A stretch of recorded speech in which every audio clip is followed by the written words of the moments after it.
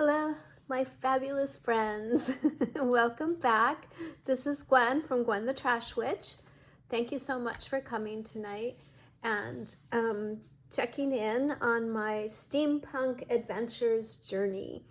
This is the third prompt, which was Brown and Hero. So there are two prompts that Polly has given us for each day, and it's up to you if you want to do two separate pages or combine them. I'm gonna cough 1 second. Sorry about that. Of course, when you start filming, it's like, okay, now I need to cough.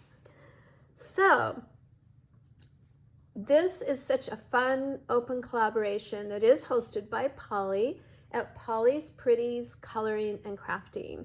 And she did that wonderful Fairy Core themed 28-day collab. And we were all sad to see it end, and then we were so excited when she put on Steampunk Adventures.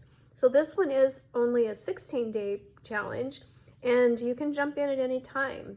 You can see I'm on day 3, which is technically a day behind, but I think you can just do them and video them as you would like.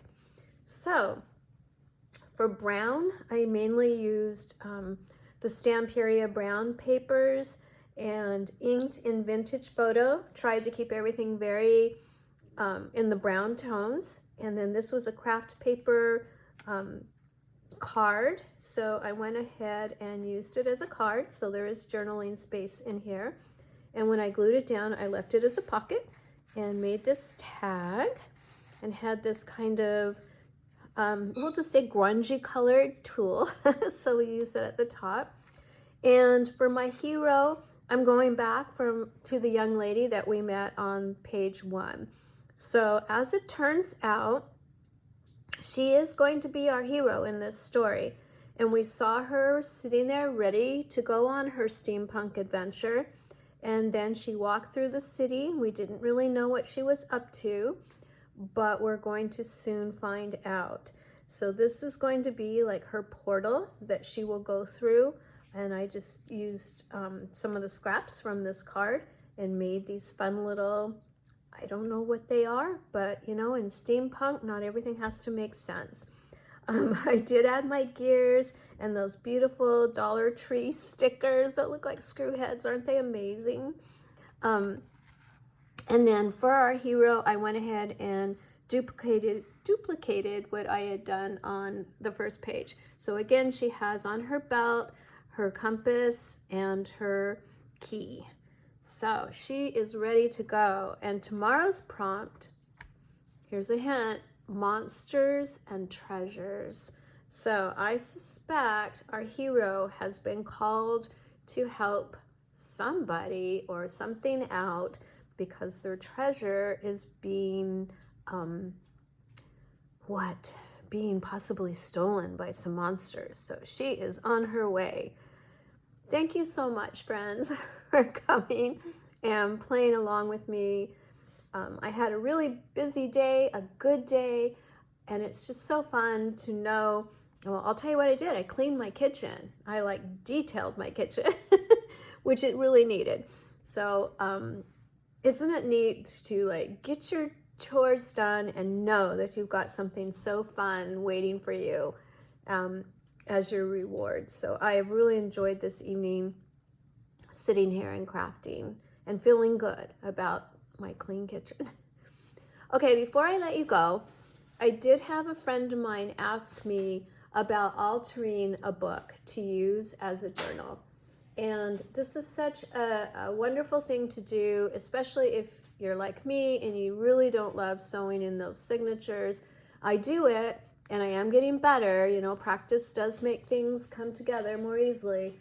But when you don't want to do that, altering a book is such a fun way to create a journal.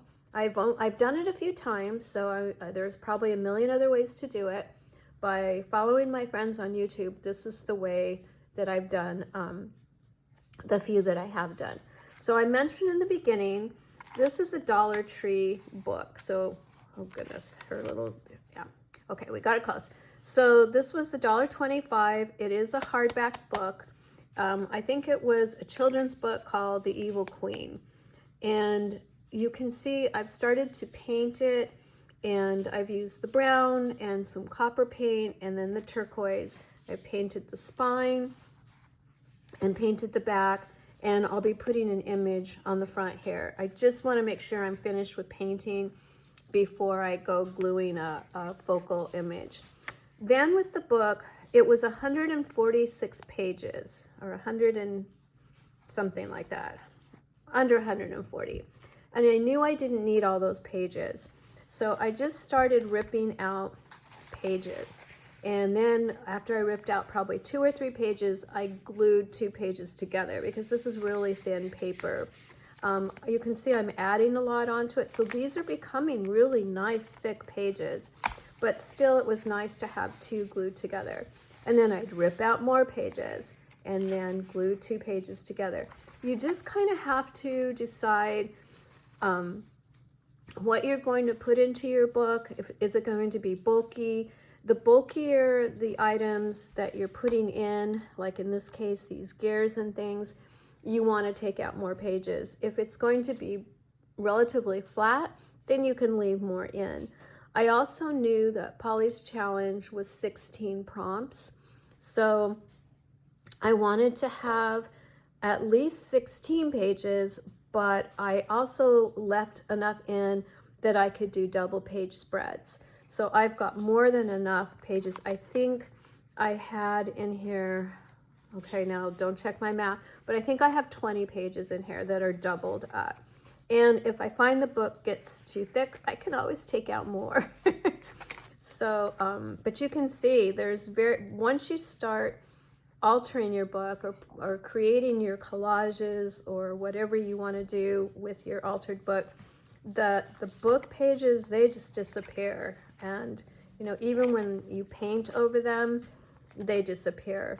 I know a lot of people like to put gesso down first before they paint, but I've put so much on these pages that I haven't done that. And these are both just full sheets of scrapbook paper from that Stamperia pad. By full sheets, I mean I've covered the page fully with them. And I did put them down with double-sided tape because I don't want to press my luck and put too much moisture down. So I just use the double-sided tape to put the initial page down. So I hope that helps. For friends that were asking me, I thought it was interesting. This book had this page, so I was like, oh, I'm leaving that. I'll probably frame this. This page I'll probably leave. She doesn't really fit this theme, so we'll probably put something here, at least center something over that. You can see some of my paint.